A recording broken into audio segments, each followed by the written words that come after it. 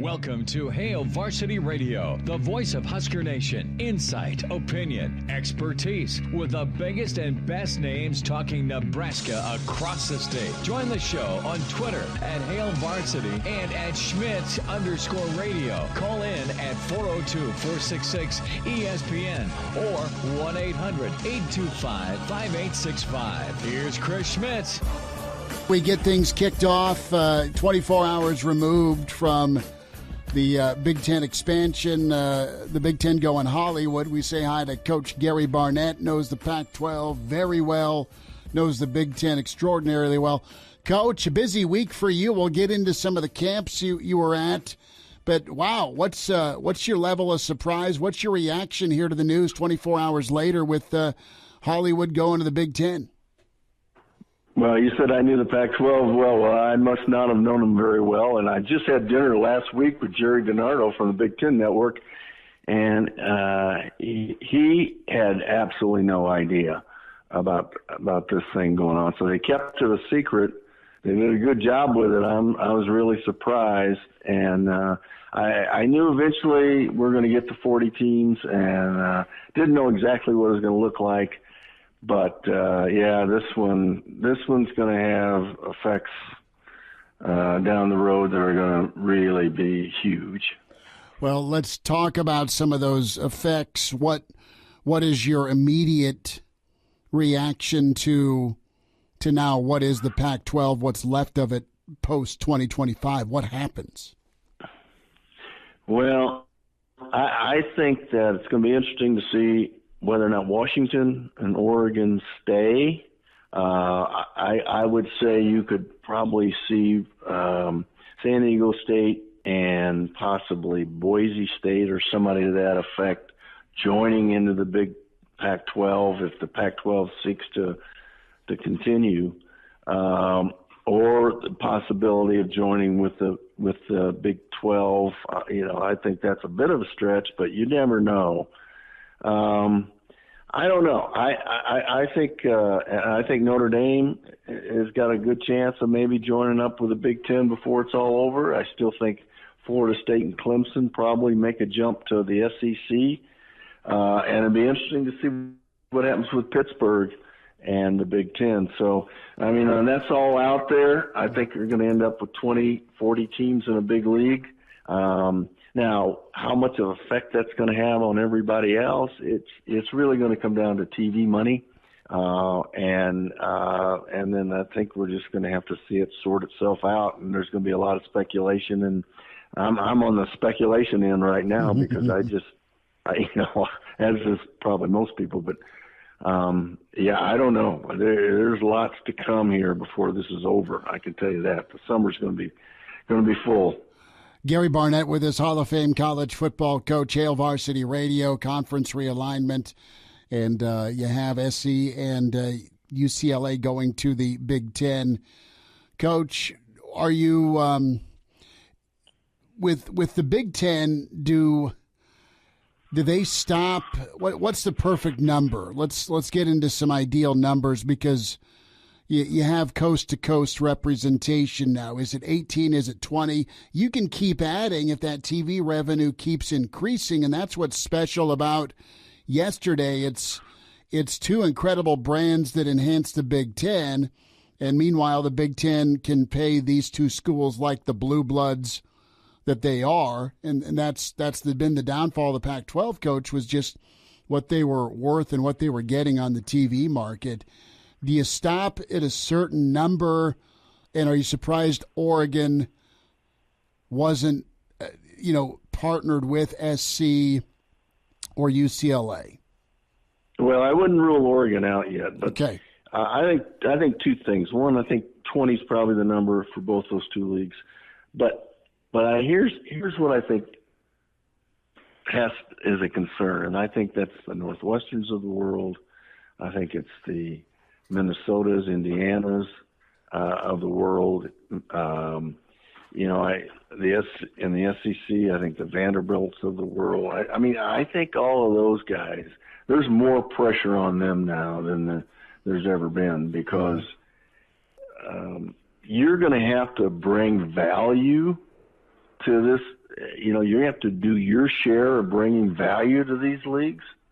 And, you can't do it with 20,000 people in your stands every week. And so before it's all over, that's going to be an issue. I don't know if it's going to be an issue this year or next year, but before it's all over, it's going to be an issue. And it's going to force those schools to pump money in and find some way to create value. So I see that coming, but that's not immediate. Mm-hmm. But I do think there's going to be a rush now between Washington, Oregon, Clemson, Florida State, pressure on Notre Dame, possibly, like I said, with Pitt, because that's a logical one, and then discussions between the Big 12 and the Pac-12. The whole thing for the Pac-12 was all their rights deals were up in 2 years, mm-hmm. and I think they were all hoping to strike it rich, become the third best paying league in the country, and I think this just throws this thing totally a kilter. So it's going to be interesting. Talk radio is going to have a lot to talk about. Yes, we are. You don't have to do any homework, Chris. Gary Barnett's with us. Coach, you mentioned the topic of relegation, right? If we talk Premier League, you don't win, you get kicked out. Man, that seems and sounds harsh for college ball, but I mean, you know it better than anybody. That could be a real danger. What are you doing to pull your weight? And what's your timeline on that? 10 years, 15 years? I mean, each school's set to, make it's $1 billion deal pre USC, UCLA. Now I imagine that thing's going to be even tastier. And by the time this thing's all said and done, you're going to have over $100 million, well over that for each school. But I guess you got to pay your rent, is what you're saying. Yeah, well, relegation I think is going to occur faster than that. Okay. I think this is a 5-year deal in relegation, and it's got all the dust's got to settle. We got to find out who's in there and who isn't, and this sort of stuff. And at the same time, who's leading this? Mm-hmm. I think that's the biggest question. Who in the world is going to stand over and hand down the rules for all this? And I think as much as anything from the fallout from this thing is going to create the need for a czar and a committee of people who control what this 40-team two-conference league is going to look like. And we're not there this day, but we will be there within a year. And the NCAA certainly doesn't have the power to do it. So that's the next big step is what does the top look like? What does the organization and leadership look like for this thing? Because in 2 years, it's going to happen. So they got 2 years to sort of get this whole thing together. We'll talk Irish in a moment, but okay, you're getting a phone call, Coach. So to either A, be czar or be part of the panel, who do you suggest for czar, and who do you want on the panel with this 40 team makeup of two super conferences, AFC, NFC college football style? Well, I think for one thing, you go to the NFL and you find someone who deals with this sort of thing on a regular basis. And I think that I don't think the NFL guy becomes the head of it, but he certainly goes on the committee immediately. And then I think you've got to go to your commissioners from there and name a name. I don't know who that would be. I mean, Sankey's the one at the SEC is the guy that stands out the most. But, there are some other commissioners, Bowlesby and some other guys that are, they got to have a record in this and have experience in all this. And it's going to have to be a combination. It's going to have to be somebody who really understands the NCAA, but understands what's going on in this business world. And then I think the model is going to have to be the NFL model, but with collegiate sort of guidelines. So it's going to be a combination of those, and somebody maybe who's done both. I mean, Jim Phillips at the ACC office is a guy that really should have been the commissioner of the Big Ten, and in my opinion, is a guy that might be able to pull something like that off. But you need somebody with NFL experience, and whether it's a GM at one of the highest levels in the NFL, and maybe one of the most respected, or somewhere there's got to be an NFL contact. Coach, what does the Big Ten expansion mean for Nebraska? How does this affect the Huskers? What's the upside? What's the downside? And speak a moment to recruiting the left coast. You and Nebraska both did it really well. Yeah, you hit it right there.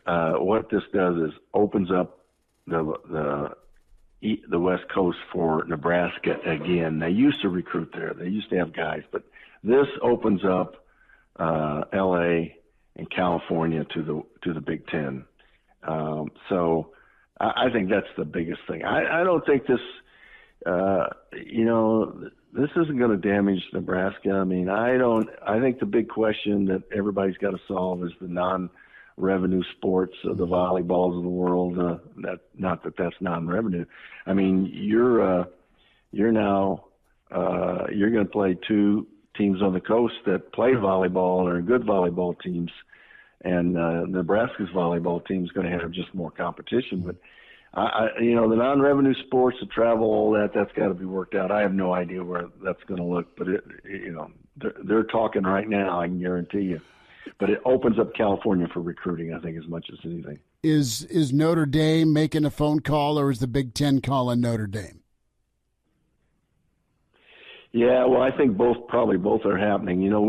The problem with the difficulty with Notre Dame is they have an agreement that if they go into a conference, they're going to go in the ACC, but that's in conferences as they knew them at that time. Mm-hmm. That's not what exists now. So there's extenuating circumstances that may allow them to either buy that thing out or not to have to stay with that kind of a commitment. But, they're going to have to do something, because if they're going to be a part of this whole thing, I think they're going to have to join one of those two conferences. What's Colorado do? They got it just the speculation today is that Colorado and Utah go into the back to the Big 12. Welcome back, huh? Wow. Yeah, welcome back. So, I don't think that's out of the question at all. But there was another speculation that the Arizona schools go to the Big 12 as well. So, there's a lot of people making a lot of phone calls right now and trying to position themselves to get into the topic somewhere. Gary Barnett with us. Coach, we'll let you have a great, happy 4th of July weekend with friends and family. Tell us a little bit about the camp you were at. I know Josh and Tony Davis put on a camp out in Loveland, Colorado. You were part of that this week. Yeah, I got to go up and sort of open the camp and talk to about 300 campers. But, I thought it was really interesting, Chris. It's in Colorado. There were 16 former NFL players. 14 of those are from Nebraska, one from Colorado, and me. So, but Tony Frazier, Amon Green, Josh Davis, just Tony Veland, just Adam Carricker, just a lot of great former players. All really were great guys. I got a chance to meet some guys, Ross Pilkington.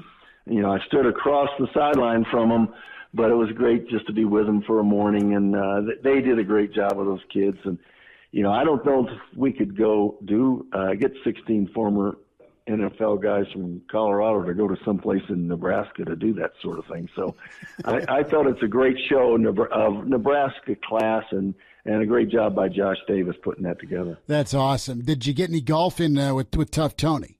I did. Tough Tony and I went and played Mariana Buttes that morning afterwards. Okay. Did you win, or is that just stay on the course? Well, at one point, Tony wanted to keep score because he wanted bragging rights. And then after a couple holes, he quit keeping score. So I have no idea. Wow. Hey, Coach, enjoy the fourth, okay? Thanks for the time and the update. Will do. Will do. Thanks, Chris. Coach Barnett, to get us started, the topic of relegation. Oh, man. Start winning, start earning your keep, start paying your rent, start making that money for the league. Be part of the problem, make that part of the solution, not the problem.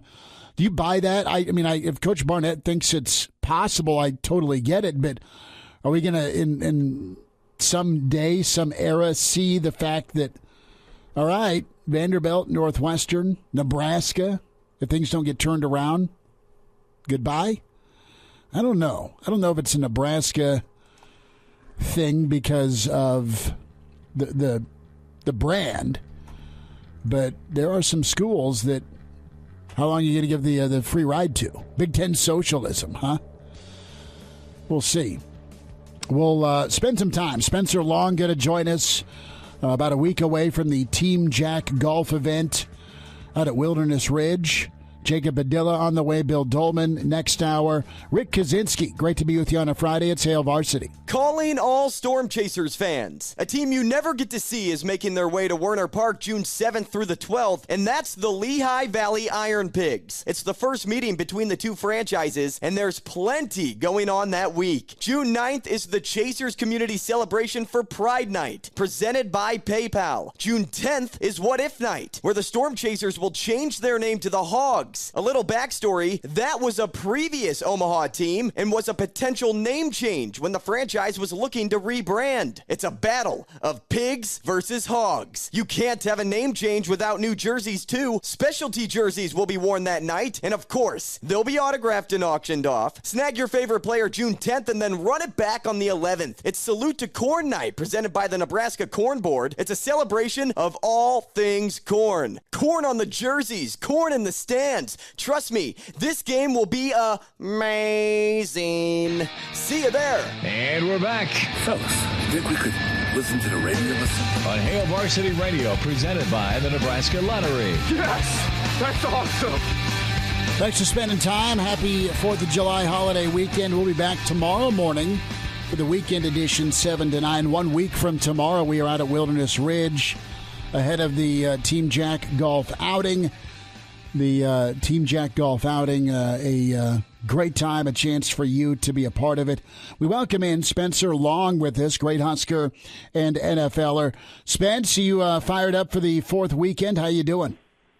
We're doing great. Yep, it's coming around the corner, and we're all pretty excited about getting it going and kicking this thing off right. So this is kind of a theme. I'll talk to Kaz about it a little later. Who was the crazy teammate that you stayed away from or you knew was going to be loaded for bear when it comes to fireworks? I could tell you a few teammates that I wouldn't want to light fireworks around, but I don't know if I could tell you who was the crazy one as far as, blowing stuff up or anything like that. But yeah, no, we all like to have a good time. I think a bunch of us had some family stuff going on during fourths, or we would go do a lake day. We had a lot of fun with that. So yeah, it was a good event every year. So who wouldn't you want to light it around? Who was easily scared? Jake Cotton, probably that'd be one of them. Old Butch, yep. Oh, no. I just wouldn't trust him with a lighter in his hand with anything. That makes sense. That's pretty good. Yeah. Butch, you're not permitted to light this. No sparklers for you. That's pretty good. He only gets the snaps, the little kids' snaps. I could see Butch emptying those into your hand, to his hand, and then just throwing them at you guys. Yep. Yeah. Butch got snakes and sparklers and snaps, and that was pretty much it. Well, good for Butch. You see him say hi. Spencer Long with us. So let's talk about the Team Jack golf outing and Saturday, July 9th, Wilderness Ridge. And a chance to be a part of it. Can sign up, register online, teamjackgolf.org. Spencer, this is near and dear to your heart. Your dear friend and teammate Rex Burkhead of course, befriending Jack Hoffman, and it's a great chance to catch up with some former and current Huskers, but also hit the links. We love Wilderness Ridge and be a part of the fundraiser. Yeah, no, it's going to be great. We have a lot of good sponsors coming out this year, and especially for us doing this with 3 months of advertising and rounding up, we have a good contact list between us and Team Jack, and already have a lot of good teams coming out to play. It should be a really fun day, and it's always a good opportunity for, former teammates and classmates to get together and, get some alumni together too. And it should be a really fun day. Wilderness Ridge, I know, is an excellent course. It's always in really good shape. They just went private, I think, 2 years ago, but it was one of my favorite courses to golf in town when it was public. And I had the opportunity to golf it recently as well, and they always keep it in such good shape. So we're looking for a good day, good weather, and should be prime. So Spencer Long is with us, former Husker and NFLer, Hail Varsity Radio. Team Jack golf outing a week from tomorrow. Spence, any team availability? Is there any spots open? Is there still room to get signed up for some folks? Oh, absolutely. The more the merrier. And, we would never turn away somebody that wanted to donate to such a good cause. So even if you sign up the day before, I think we could squeeze you in there. But I'd have to run that through Kylie. Obviously, she might be shaking her head if she's listening to this. But, yeah, no, sign up if you can. We got about a week left. And come join the fun. Spencer, I want to get your reaction to UCLA, USC joining the Big Ten. You guys were part of the initial expansion, Penn State 30 years ago, then Nebraska in 2011, and then later on Maryland and Rutgers. What's your take? I mean, you guys played UCLA. They were they were a Pac-12 school 2 days ago, but that was always a fun showdown with Nebraska, UCLA over many years. Yeah. What's your take on their move? We were two teams cut from very different cloths, and we really did not like each other. But they're a good, they're a consistently good football team, and I think it does nothing but good things for the Big Ten to bring in two more competitive football teams, and and bring such big schools and viewers, and I don't really see many negatives about it. And I think they're just going to bring more strength to the conference. So I think it's awesome. Why didn't you and UCLA like each other? Like I said, we're very different teams living in different areas with different, I don't know. It's kind of like, I don't know. It's California versus Nebraska values as well. It's just, you know how it goes. Okay. I'm not going to get into the detail there, but... I'm intrigued. They were hippies coming in with their long hair and their weed coming to Nebraska. I'm thinking Hollywood. I'm thinking a little Hollywood versus blue collar. There you go. Yeah. Pretty boys, Nebraska linemen. You know the difference, right? No, absolutely. There's some dirt, and we're going to put you in it. I like it, Spencer. With expansion, what did you notice? I guess with transition to the Big Ten for you, because you were Big 12 1 minute, then you were Big Ten, and do you think it will affect UCLA and USC? And they got 2 years to prep for it, but I mean there is a transition from one league to the next. Yeah, I mean, I think prep it might be a little bit different for maybe coaches or staff or something, as far as how their operations go. But as a player, you're fed the same thing each week. Regardless of if you're playing an in-conference school or somebody different. I know we hit the ground running there. I do remember that Big Ten was good because Big Ten has it packs a punch educationally. I remember that being a positive. But I also remember I grew up watching Nebraska in the Big 12, the Oklahoma Texas rivalry, and then also playing the Buffalo, Colorado Buffalo, and it was different for me. But I think that we established new rivalries now, and even with the change. Like Nebraska, Iowa is always a fun one each year. Nebraska and the copycats, Wisconsin, they're always a tough challenge, and nobody likes Ohio State. So, but it will always bring its new. It might be different, but it will bring new fun challenges and differences. So we just kind of took it in stride, and it definitely was different for me growing up watching the Big 12. But it brought along some good new things as well. Well, Spencer, tell me a bit about that last year in the Big 12. This is something that USC and UCLA are going to have to go through, playing another year in the Pac-12, actually 2 more years in the Pac-12, with all their opponents knowing, that they're soon to hit the road, they're soon to be off to the Big 10. What was that like leaving the Big 12 that final season? I remember fans sitting at home claiming, oh, man, the Big 12's out to get Nebraska, the refs are bad all season long. Just to take me inside the locker room during that final season in the Big 12. Well, I think as a player, you're kind of looking around, like, how much control do you really have as a player? So you just kind of shrug your shoulders, and you're like, well, okay, I guess we're playing new teams each year, And aside from, the thoughts that really didn't carry much weight about, like, well, I'm going to miss, the old rivalries, or I'm going to miss, you know what I mean? It just, you kind of just shrug your shoulders, put your head down, and just get ready to play new opponents. And you play different opponents each year outside of your conference play. So it's, it's just kind of like the next football team. So, and I'm sure it won't take long for them to get used to, who are the dominant teams each year, who's really powerhouse schools, and I don't know. It like I said, it'll just take a little bit of time, but other than that, it's still football, still the same thing each week. Spencer, again, out of your control, but did you like how things were scheduled when you got to the Big Ten? I mean, you were playing Wisconsin, you were playing at Michigan, you had Ohio State. It was fun for the fans. Yeah. It was great to cover. You had to live it. Yeah, it was really, really cool to be playing in a lot of those classic stadiums, those huge crowds, those atmospheres.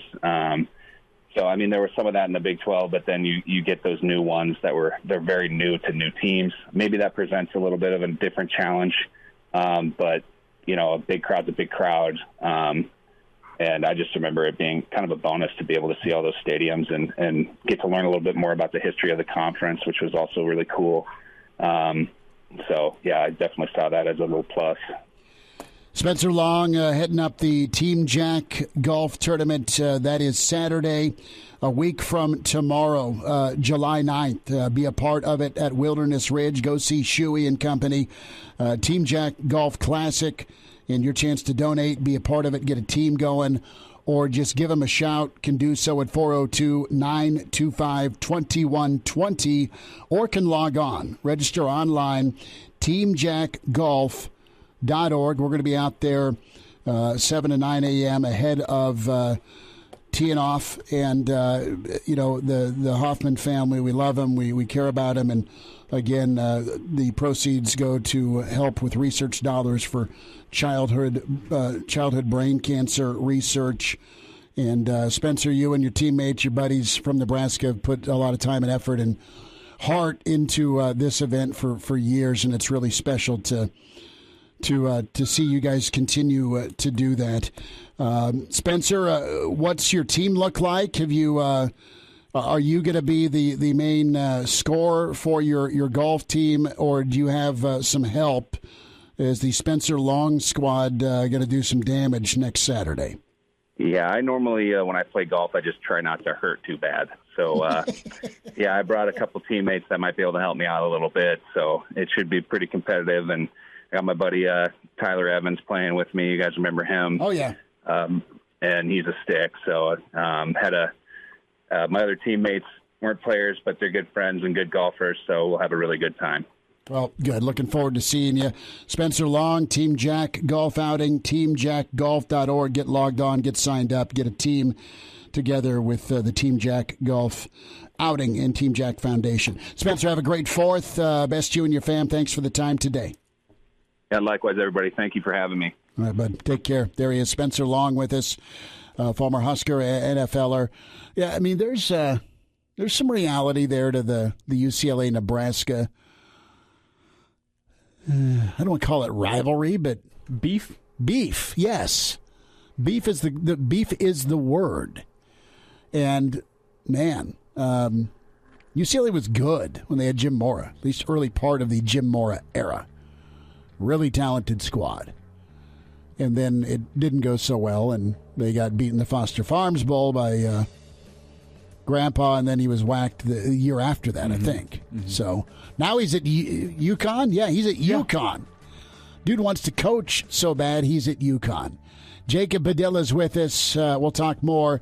SC and UCLA impact on the hardwood. That's on the way. Calling all soccer fans. Union Omaha is back home after an unbelievable showing in the Lamar Hunt U.S. Open Cup round of 16. An upset over Minnesota United? That's our team. So join them when they come home May 28th for Educational Outreach Night, presented by Bellevue University. The Owls will face Northern Colorado Hailstorm FC, and after a couple of road matches, will come back on June 18th to face Greenville Triumph SC. It's also Pride Night. We'll see you there. And now, back to Hail Varsity Radio.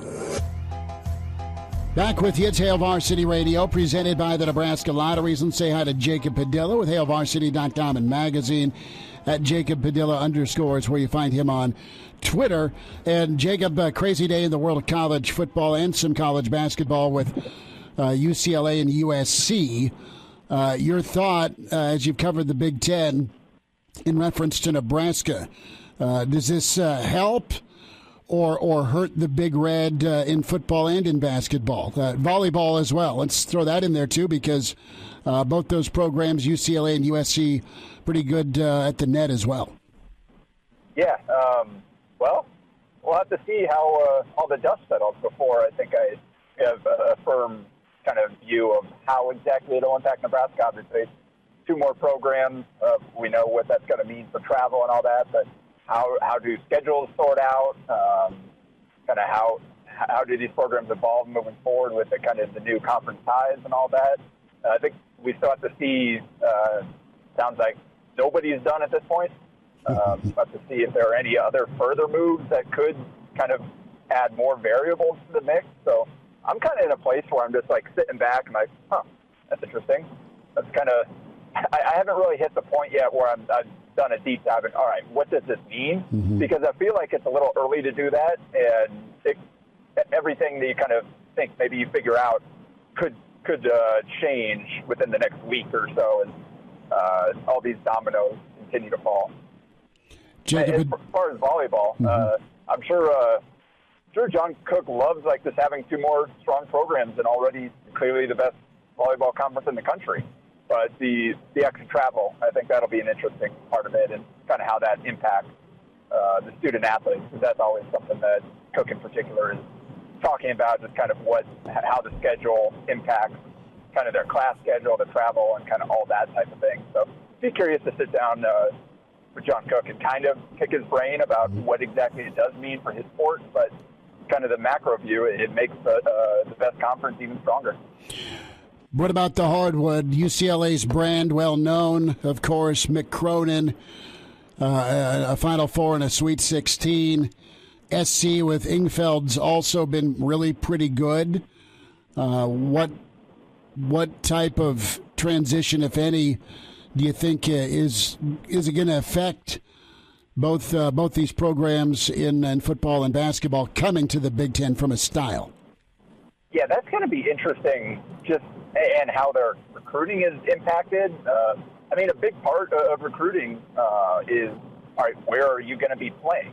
And does that factor into, like, some of the West Coast kids that they're recruiting? It's like, yeah, you get all home games close to home, but going to be playing all your other games, kind of all your road games halfway across the country. It'll be interesting to see kind of how that changes their recruiting landscape. And they both recruit nationally, obviously. They're big brands, like you mentioned, and have recruited at a high level. But just another little factor to kind of consider there in terms of style of play. I think particularly like UCLA, they're under Cronin, they're going to play the way that they're going to play. And I think they're good enough that they can go in there and have success kind of playing their way. And USC, too, if they can keep this recent stretch going. They've been kind of up and down a little bit, done well with the Mobley brothers and some of the guys they brought in. They've got Boogie Ellis back. They've got some good pieces, and you've been recruiting well. So I think it just adds two more teams, like tournament caliber teams, to the mix. And we'll have to see what the conference turmoil does to the NCAA tournament as well, in terms of bids and all that sort of thing, and how that impacts it. Like how many conferences are going to be left with the auto bids, opening up more at-large spots, and kind of how that shapes out. So there's still so much up in the air. But in general, it's weird is my first reaction. And then I think they added good programs. This isn't a case where they're just adding programs for the markets, although the markets are a nice benefit, like they did with Maryland and Rutgers to try to spread further east. There's a case where they're going and getting good programs that can compete on a national level in multiple sports. Well, Jacob, what do you think this move does for Nebraska's recruiting? I mean, they've gone to California for guys like Denham Dawson, Ramel Lloyd, and Wilhelm Breidenbach in recent years. Are they going to start diving into California more now that they have UCLA and USC in the conference as well? That won't hurt, I'm sure. I think we're still kind of reevaluating where their recruiting is now, kind of post-Matt Abdelmasih. They've definitely done a little bit more regional focus. They're definitely showing more interest within the state and in the region. But like you mentioned, they've had a lot of success out in California.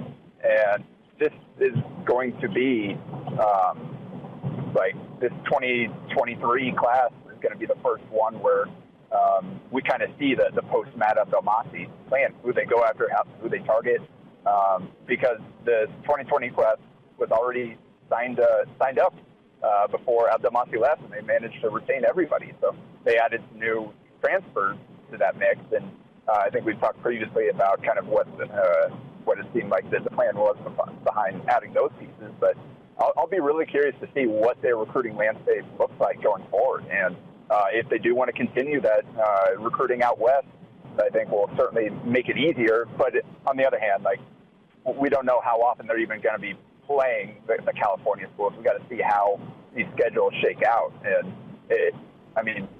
could be a case where a kid comes to Nebraska and plays maybe out in one of the California schools once during his 3-4 years here in Nebraska. So I think we still have a lot to figure out before we have definitive answers to that, but certainly adds another variable to the mix. Jacob, what's your weekend look like on the hardwood? What's the basketball agenda looking like? Yeah, it's the June's in the books now, and we're starting up the grassroots AAU basketball season again. That'll be all throughout July, and it's opening up with the River Cities Hoops Summer Tip-Off, OSA's biggest tournament of the year, kind of the de facto state championship. Most of the kind of local programs enter it.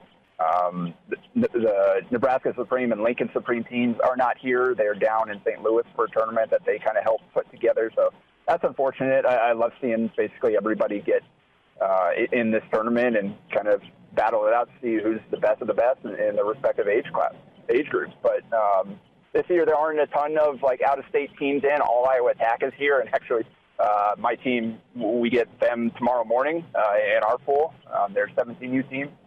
That's always a really good program. But beyond that, it's a lot of Nebraska teams.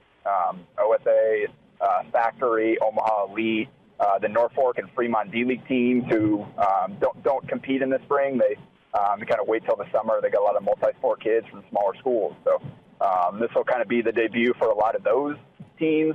And there are a lot of others in the mix as well. There's just a handful of those. So it'll be a fun weekend of a lot of local hoops kind of battling out for bragging rights.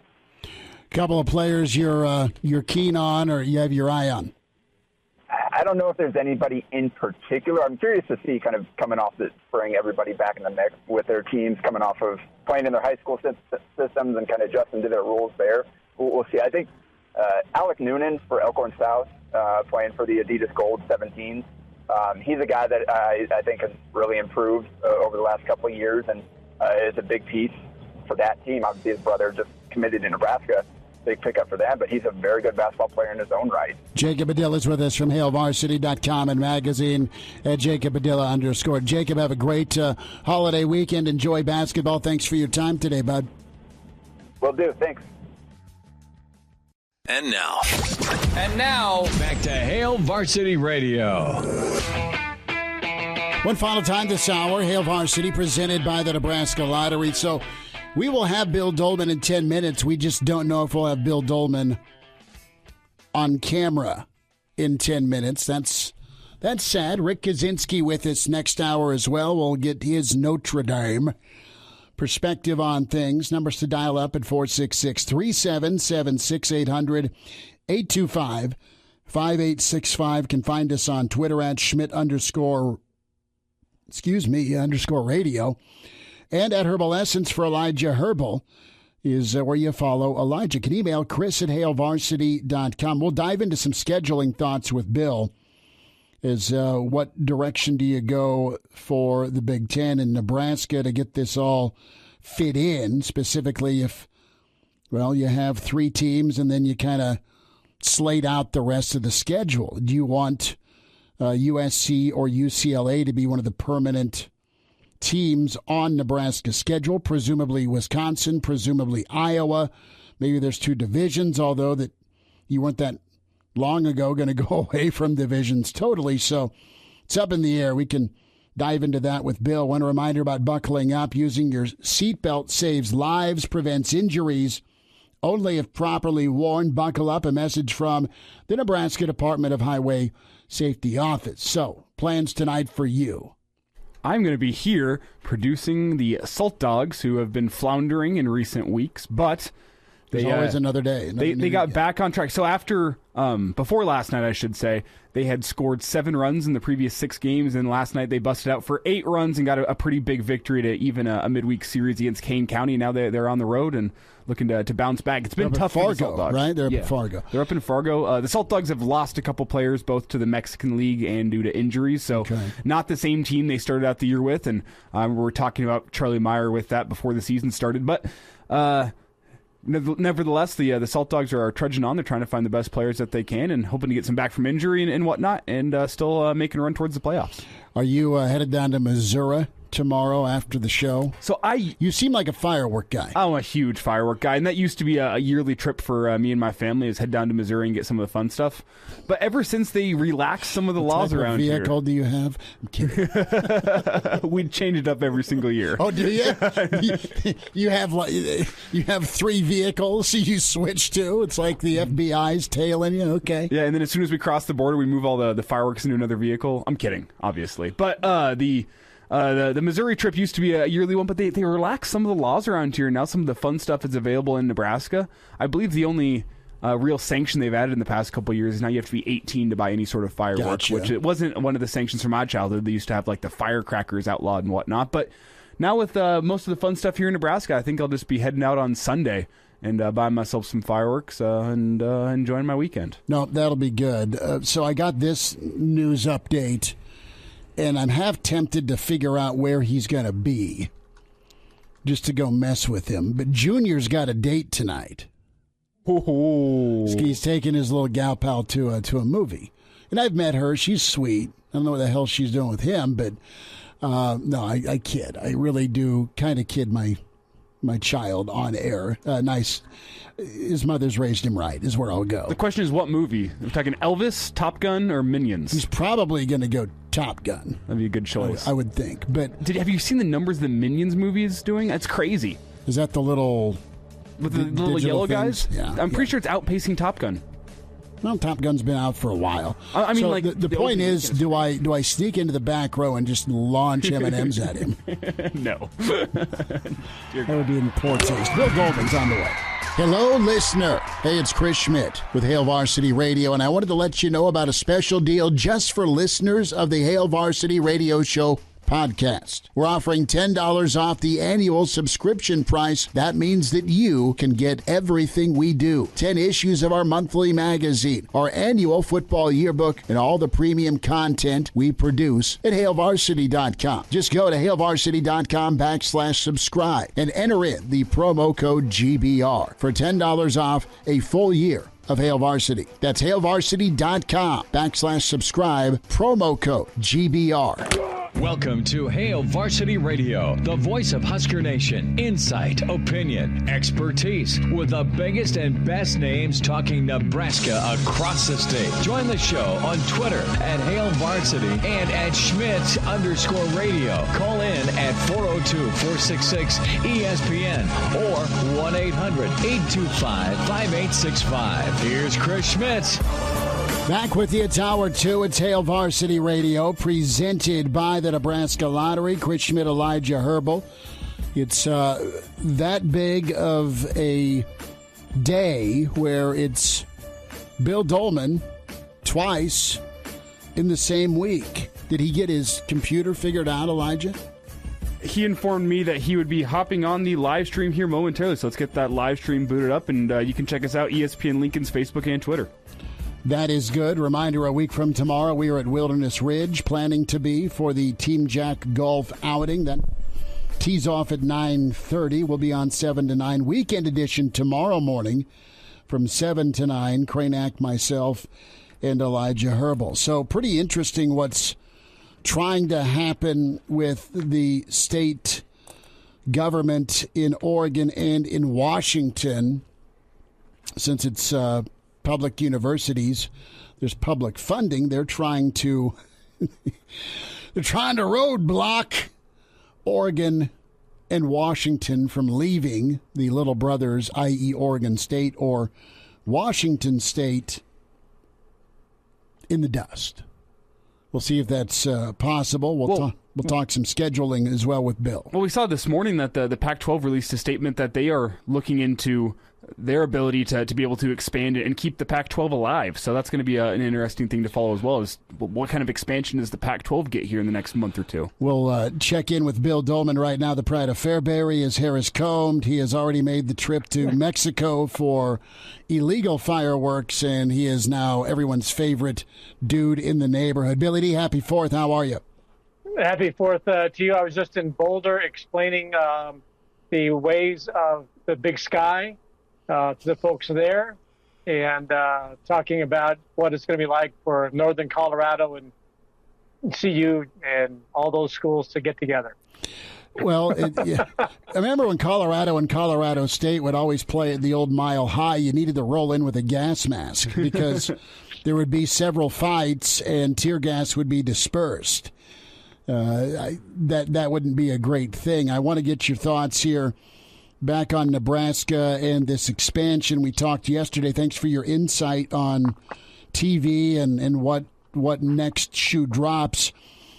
If you were asked, how would you go about the scheduling piece of this in the future? Because on the docket in the future, you've got home and homes with Colorado, Tennessee's kind of around the corner, and you're wrapping up Oklahoma.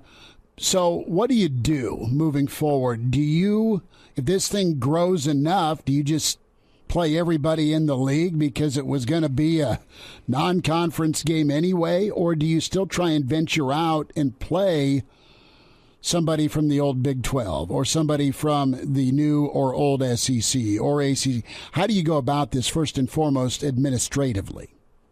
You know what? I don't know. I was thinking about that last night after we got done with the show. It's almost as though these two conferences are going to get so big that they're going to have conferences, not divisions, conferences within the conference, where you have, 6 teams in your conference that you have to play every year. And there are going to be years where you may not see somebody else in your league for 3 or 4 seasons. And that's not too out of what we've got going on right now with, when was the last time Rutgers was in Lincoln? Like 2015 or something like that. Nebraska hasn't been there very often. But, that to me is Kevin Warren and Greg Sankey, the commissioners of the Big Ten and the SEC, respectively, saying, you guys figure it out. And, they're hiring smart people to figure out scheduling, figure out logistics, all of that, and who else they're going to partner in to the league. But to be honest with you, that's why they've got a couple of years before there's full membership for those schools. And I'm guessing that those at the highest levels could care less about that headache right now. All they care about is who's going to fill out the remaining couple of spots in the two big conferences. And they could care less. And I will say this. I hate to admit it, but I think I may have been somewhat in error yesterday when I thought that they would probably keep the ACC intact. I think the ACC is probably calling the Pac-12 and the Big 12 and trying to figure out how do we adapt. How did you guys cope? I think they're probably in some group counseling session together, and the ACC is the new member. Because I really think that this is I think we're headed to what I did say yesterday, Clemson, FSU, Miami, going to the SEC. Big Ten's going to get Notre Dame, and then whomever else they want to take from the Pac-12. And however they schedule it, that's not the issue for the day. Bill Doleman's with us, Pride of Fairbury, NBC Sports, at Bill Doleman on Twitter. Bill, what would you like to see with Nebraska's permanent rivalries? And that was a discussion point the last 7 to 10 days, right? Well, you keep Iowa, you keep Wisconsin, you have Minnesota, and then everything else you can kind of rotate through. Do you want to see SC or UCLA as permanent? Because they're not really, but they're kind of your neighbor. You were the furthest most west outpost. Now they are, but you're in the middle. And a lot of great history with UCLA. It's been a while since you played SC, except for the bowl game in the Holiday Bowl in 2014. But I'd love to see one of the two California schools yearly on Nebraska's schedule, and then you rotate Michigan and Ohio State. But keep Iowa and keep Wisconsin for sure. Well, you have to have some semblance of a stable rival, which is why the Big 12 went south when it first happened, saying no more Nebraska, Oklahoma. If that had happened, Nebraska would still be in the Big 12, and maybe none of that. Well, this is probably still happening, but Nebraska would be, partnered up with Oklahoma and Texas probably. But you have to maintain, whether Iowa wants it or not. Nebraska and Iowa is a natural rivalry. It's perfect for Black Friday and in November, and everybody's got to just realize that that's the way it's going to be, and there's some naturalness to it. If you go back to the old Big 8 days, Nebraska had, good Saturday rivalries with everybody that they played. Kansas State, Oklahoma State, and all that. But there really was kind of that midseason rivalry with Missouri, right? So you've got to have something like that has some stability, that, it's that midseason game that's going to be black and blue. And I think that probably comes with Wisconsin, maybe Minnesota. And how happy is PJ Fleck that USC and UCLA joined the conference to kind of erase him from the headlines for a day. Oh, he'll find a way. Well, but I think that you've got to have Iowa and Wisconsin, and I think there's a naturalness to Minnesota, Northwestern. I saw that I had seen what you had sent me with the 4-team. The 4 divisions within the Big Ten. Yep. There was one that had 4, which, I was having a conversation with a friend of mine today that how do you round out with a team that's going to make sense if you're going to go to 20? And do you remember back when the Big 12 was formed and Baylor got in, and everybody's like, how in the world is Baylor in and not Houston, the largest TV market, Texas, and all that? Governor Ann Richards saw to it that Baylor got in and Houston was out. Look, Syracuse is not a major market by any stretch of the imagination, but I would venture to say that 75% of the major TV power brokers in this country are Syracuse grads. Mm-hmm. And they are going to be doing all they can to convince the powers that be that Syracuse should be in the Big Ten if the ACC is going to get dismantled. It doesn't make a lot of sense. No. Did Nebraska make much sense? Yes, it did, because Nebraska's a brand. But in the world of television, Syracuse is a major player because of how many people are alums that work in television in New York. And don't be surprised if there's some people pulling those kinds of strings saying Syracuse should be in as opposed to somebody else. Bill, with potentially Syracuse coming, or Duke, or Stanford, or Oregon, Washington, the list goes on and on. I don't think anyone thinks the Big Ten is done. And with this many teams in the conference, obviously adding new TV markets and adding new teams is going to drive more revenue from that TV rights deal. But do you think we're coming to a point where the college football season is going to get expanded? That's a great way to add more revenue, add more games. Do you think you could see a 14-game college football slate coming somewhere down the road? I don't know if we're going to go, the health of the player and the wealth of the player are very big topics of conversation. If you play more games, you're going to have to pay them. And I said yesterday, there are people that are behind the scenes right now trying to figure out a way to get into a college football labor market. And you're going to hear talk of unions. I just know that's going to happen. But I don't know how you can go to a 14-game schedule if you're still going to have playoffs, and you're going to have playoffs within the conference if you have 4 divisions. You probably have the division winners meet, and then the winners of those games will meet, and then you'll have 3 playoff games within the conference itself, and then probably a college Super Bowl between the SEC and the Big 12. And as charity, they'll give tickets to the Big 12, ACC, and Pac-12. You guys can come watch if you want. Or here's your EA Sports, memento. So I could see 2 bye weeks that elongate the season that way. But I just can't imagine that they're going to ask players to play that much more when health is such a concern. I'm interested to get your thoughts on, once this explosion happens and Notre Dame declares and Miami and Florida State and Clemson declare the leftover. And there's good coaches, good programs, good kids.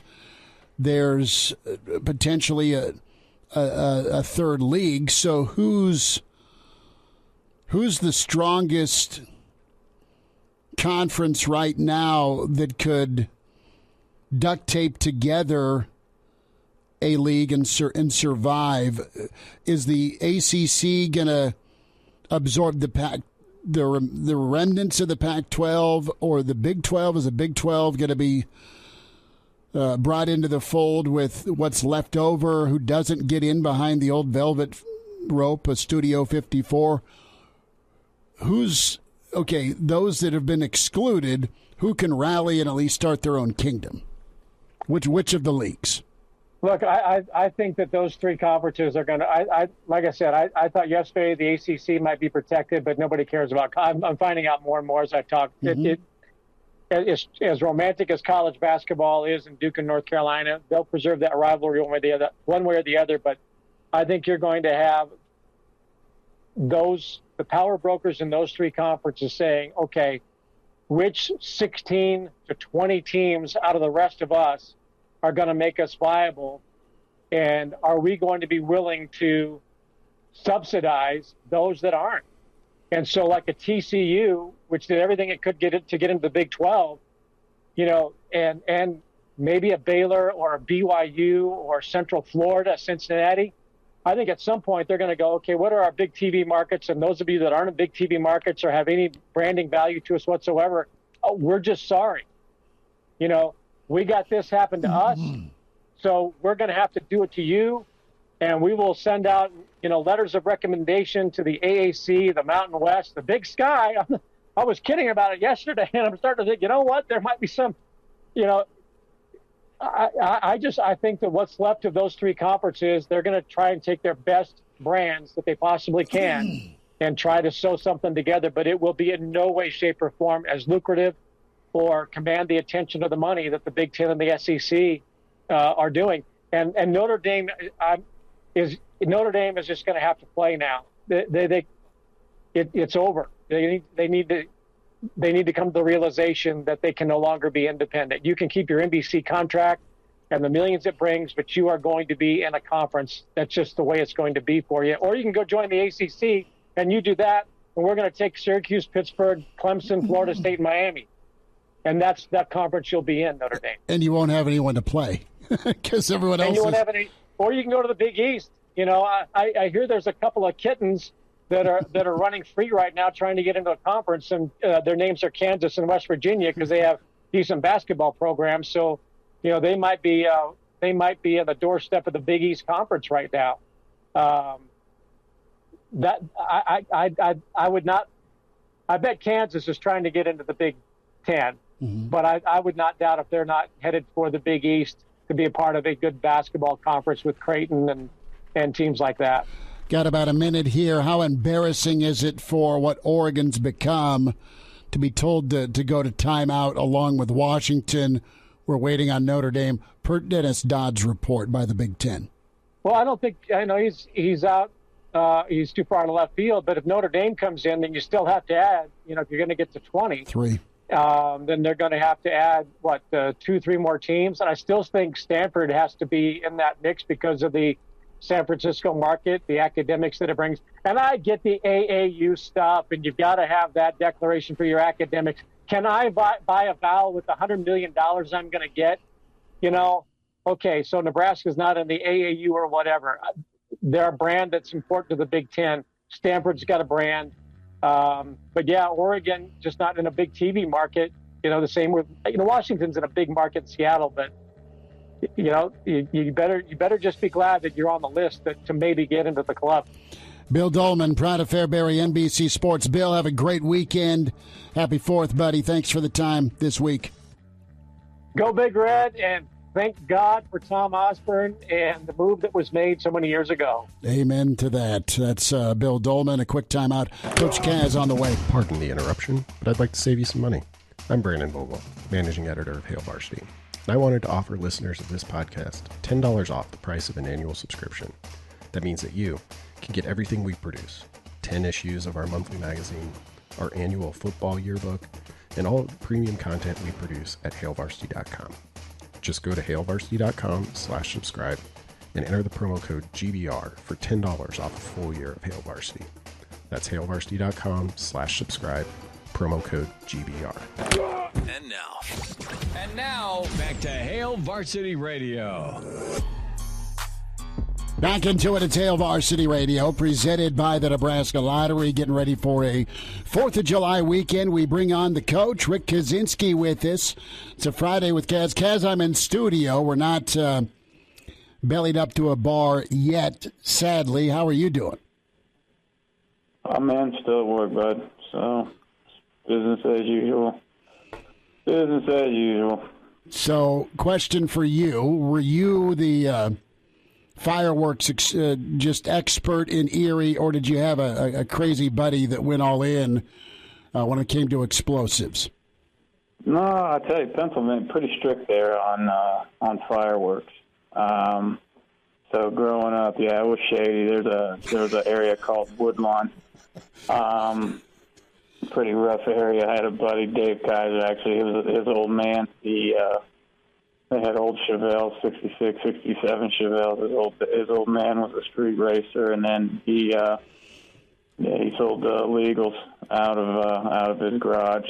So yeah, but you'd see the law there buying and all that stuff. Unless you absolutely were an idiot about it, they didn't mess around. But it was hard to buy. But he just crossed the line over in Ohio or New York, where they were a little less restrictive. But yeah, if you were messing around in the neighborhoods, cops came around. So I was never much of a firework guy, man. Me neither. It's better to watch someone else's than burn your own money, Kaz. Oh yeah. I tell you though, when I was in Lincoln, I lived out there in South 29th there, and it was like freaking Beirut. It was completely out of control. I couldn't believe what was going on in these neighborhoods, man. I mean, it was pretty cool, but we were kind of blown away with the amount of fireworks that were being set off at the different times. So yeah, it was pretty cool. 4th of July was a pretty cool weekend, or pretty cool week here in Lincoln. Well, we have friends that live over where you were at, and yeah, you're right. I mean, it is loud and proud in that part of Lincoln with their explosives. Rick Kaczenski's with us. Kaz, I want to get your take. You played Notre Dame 4 years. You played at Notre Dame 4 years. You played USC as a rival. Earthquake in college football yesterday. Big Ten accepting USC and UCLA to be part of the Big Ten. They are pausing for now with expansion. Oregon and Washington were politely told to, sit over there and we'll let you know.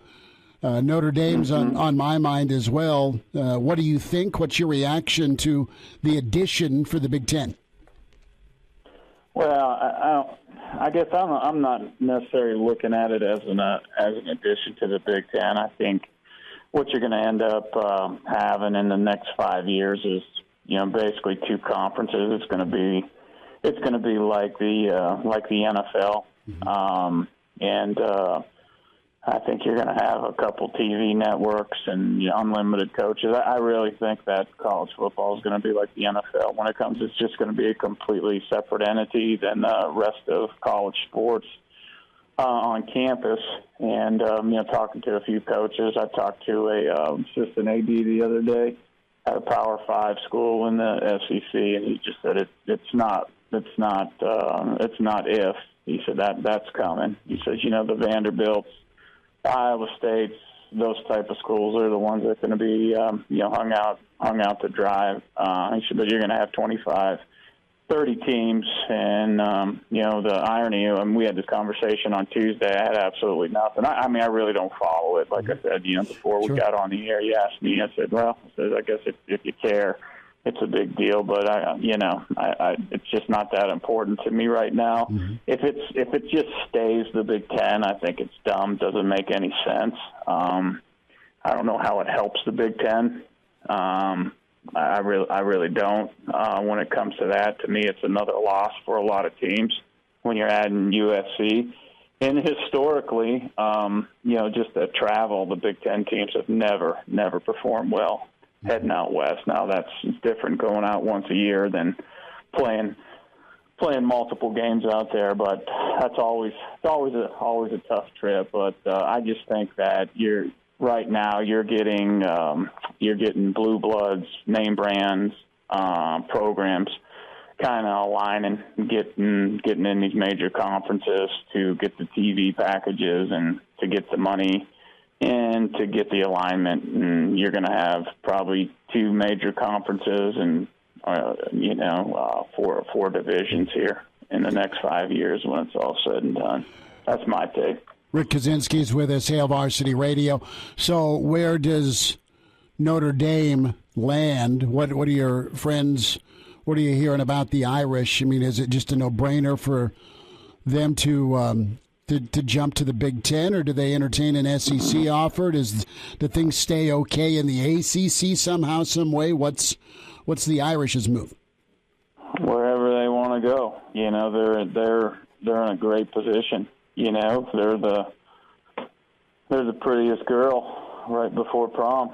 They're going to have their pick, and they can pretty much do what they want. Everybody talks about the TV contracts and what they'll have to pay the ACC. That's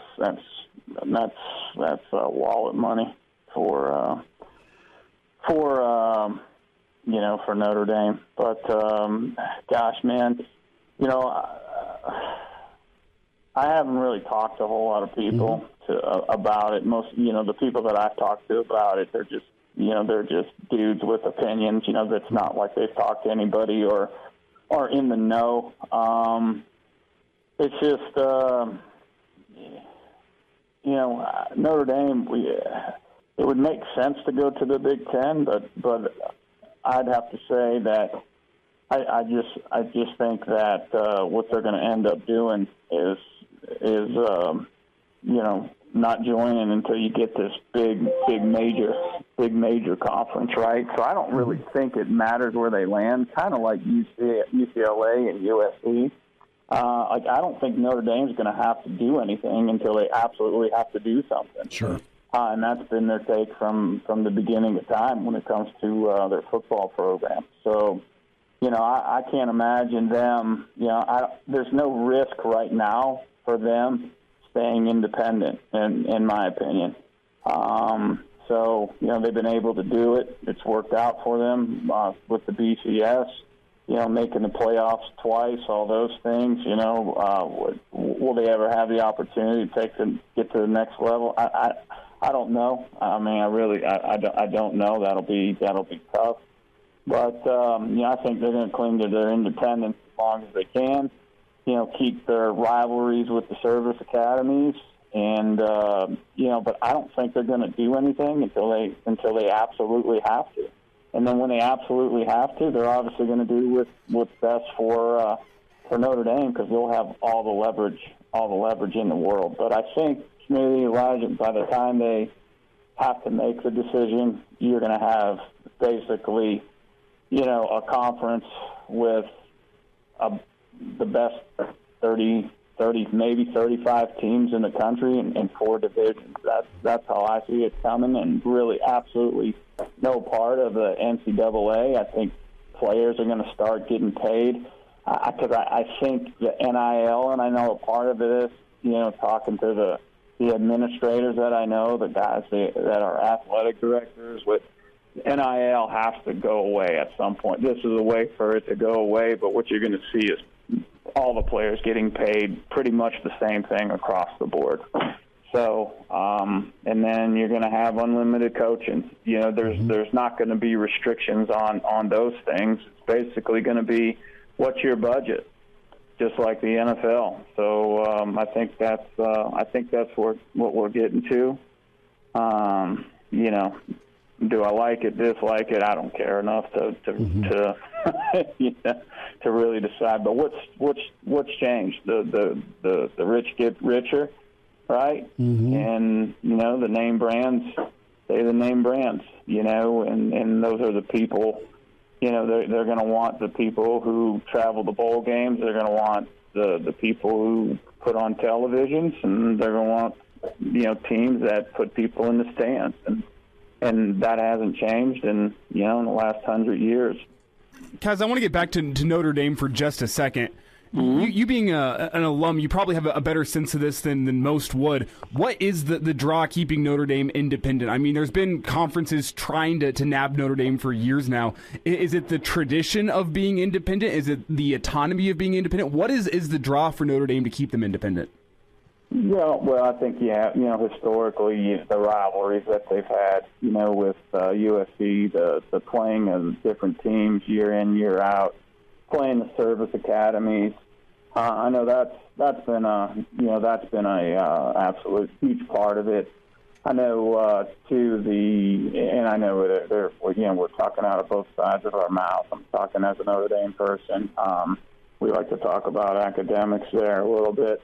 And when they don't, when I was there, and when the conference discussions took place, a lot of it was about the programs that were offered. A lot of it was about the affiliation with the conference. Would that dilute the reputation of Notre Dame, and the programs that you have to have, the requirements, there's certain things if you're in the Big Ten conference that you have to have academically, that you have to offer. There's funding, there's granting, all those type of things, and, which are obviously I know absolutely nothing about. But I know that was a big part of it, 25, 30 years ago.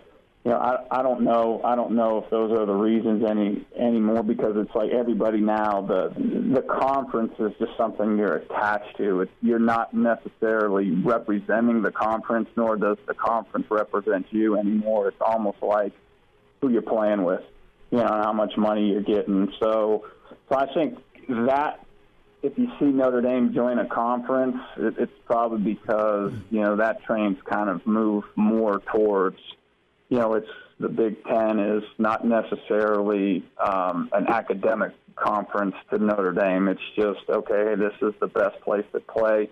This is what the TV contract, this is how much money we're getting. Not necessarily here's our academic ties. Big Ten is clearly a great academic conference, but I don't think when it comes to athletics anymore, where there used to be a correlation, when there used to be, you could correlate academics and standards to athletics at a high level. I don't think people look at the conferences like that anymore. Like what you hear, high-quality radio and podcasts, just part of what we do at Hail Varsity. Hey, it's Chris Schmidt with Hail Varsity Radio, and I wanted to offer listeners of the Hail Varsity Radio Show podcast $10 off the price of an annual subscription. That means that you can get everything we do. 10 issues of our monthly magazine, our annual football yearbook, and all the premium content we produce at HailVarsity.com. Just go to HailVarsity.com/subscribe and enter in the promo code GBR for $10 off a full year of Hail Varsity. That's HailVarsity.com/subscribe, promo code GBR.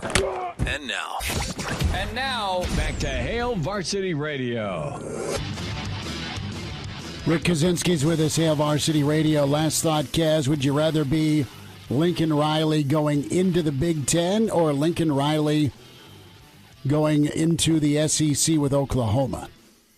I'd rather be Lincoln Riley going into the Big Ten for sure. Just because he's an SC and he's recruiting there. It's just, yeah. I mean, it's just because what you're going to hear is how now these Big Ten schools can go recruit California. That's BS. It just doesn't work like it. Just because you're playing out there, you get the same kids that you would get, and that UCLA and USC don't want. I mean that's really what it's going to come down to. It's no different than beating. You're not beating Georgia. You're not beating Alabama. You're not beating Clemson. You're not beating Florida. You're not beating those schools to get kids, and it's not going to be any different just because now all of a sudden you're playing out there twice a year, maybe. That all of a sudden it's just going to open the floodgates for recruiting. So Lincoln Riley, he's going to get some of the best players in the country, and now these Big Ten teams got to go play against them. So I just think going into new head coach tradition, being able to build it quicker against the competition, because what I like about Southern Cal, I mean, obviously I grew up hating Southern Cal, but had a ton of respect for them. Southern Cal can get the best athletes, kind of like Alabama in Georgia, but Southern Cal, historically has always been a physical football team too. Southern Cal has a history of running the football. Southern Cal has a history of big offensive and stud defensive linemen. So when you're going from Oklahoma to the SEC and you're running that SEC West gauntlet, and then your crossover games, man. With Oklahoma's roster right now, that's a 500 football team at best.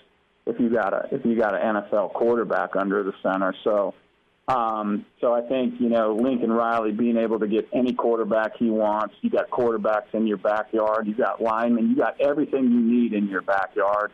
And let's face it, Southern Cal. It's going to take one good year for them to blow up. They've gone through these phases over time. There was times in the '80s when then John Robinson's run in the '90s. And they always come back. It's just a matter of time. It's a matter of how long it takes them to get there, and then how long they're going to stay at that elite level. But clearly they have the tools out at Southern Cal to be way more successful early and often in the Big Ten, in my opinion, than they would be going into the SEC. Well, transition-wise, if they go back to that SoCal blueprint of physicality, they should be able to transition okay into the Big Ten. Yeah, you would think so. But is he going to do that? I don't know. They'll have a great running back. They'll have a great quarterback, and even when they've struggled, tell me when Southern Cal's had bad skill. Never. That's what's scary.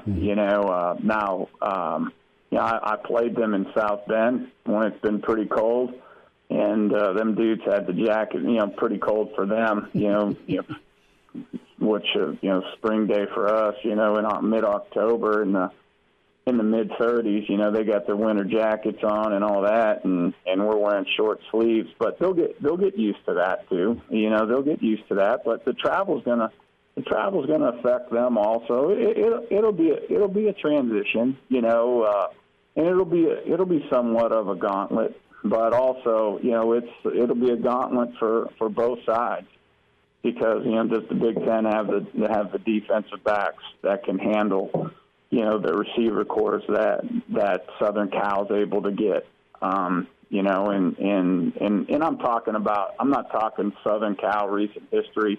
I'm talking about where I see Southern Cal should be and where I picture them becoming rather quickly with Lincoln Riley. So, Rick Kaczenski. But it'll be interesting. We'll see what happens.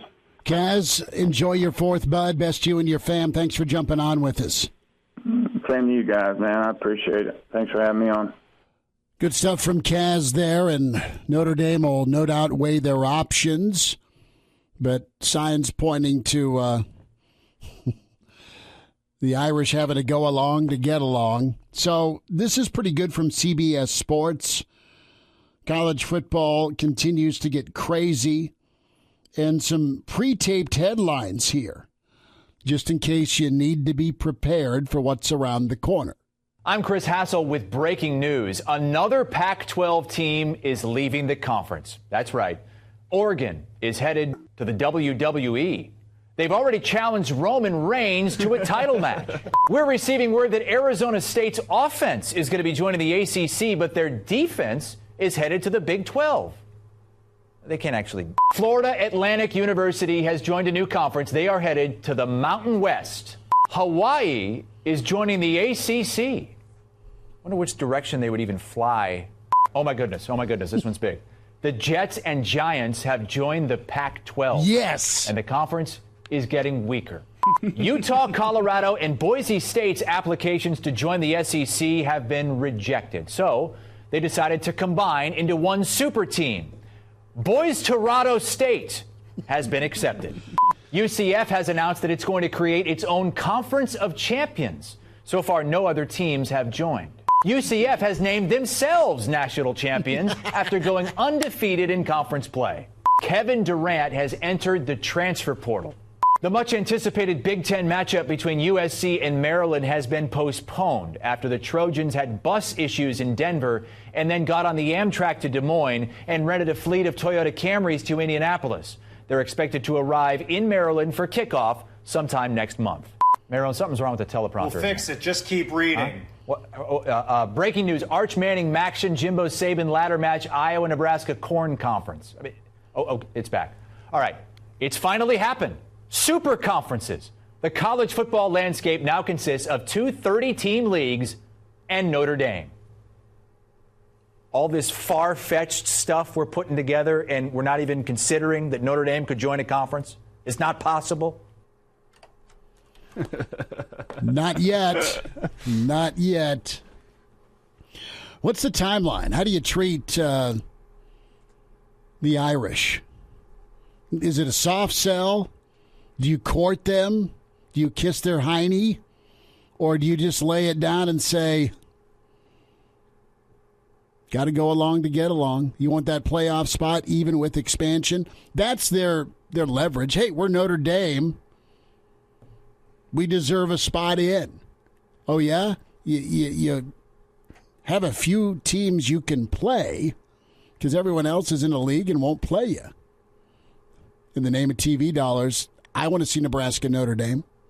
I think if you're the Big Ten, you just deliver them a pallet full of toilet paper made out of $100 bills and say there's a whole lot more coming where that comes from if you guys join the Big Ten. And you can bring your NBC friends, too. Interesting. So there's tomorrow's headlines for you. Pretty interesting comments from Trev Alberts about turbulent times. And some must-see matchups will wrap up a Friday. Hail Varsity continues, presented by the Nebraska Lottery. Like what you hear? High-quality radio and podcasts are just part of what we do at Hail Varsity. I'm Brandon Vogel, managing editor. I wanted to offer listeners of the Hail Varsity Radio Show podcast $10 off the price of an annual subscription. That means that you can get everything we do, 10 issues of our monthly magazine, our annual football yearbook, and all of the premium content we produce at HailVarsity.com. Just go to HailVarsity.com/subscribe and enter the promo code GBR for $10 off a full year of Hail Varsity.